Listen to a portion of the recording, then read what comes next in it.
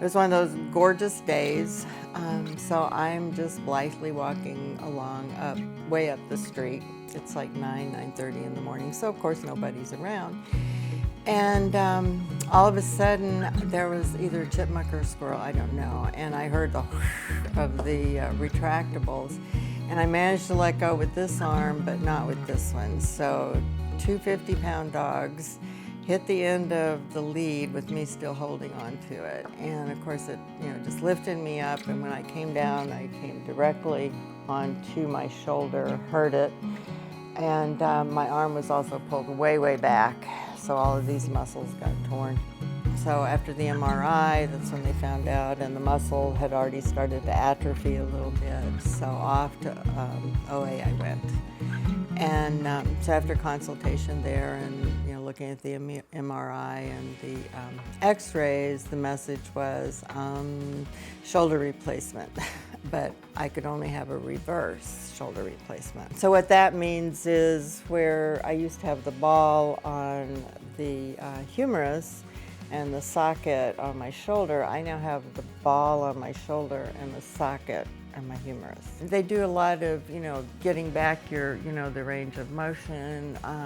I could not lift my arm at that time because once you lose your rotator cuff, you no longer have those four muscles to raise your arms. So the muscle that raises your shoulder now is your deltoid.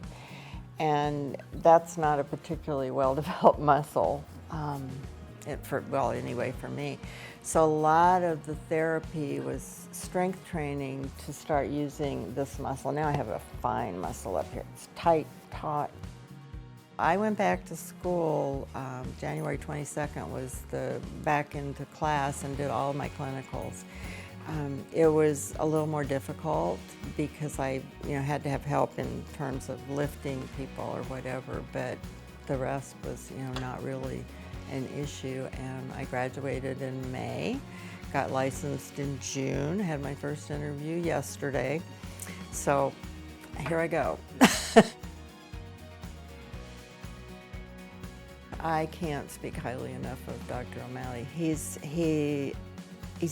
excellent in meeting the patient where they are, which I'm very much involved in my own health care and want to know everything, and he was very good at doing that and not raising expectations, but not putting, limitations.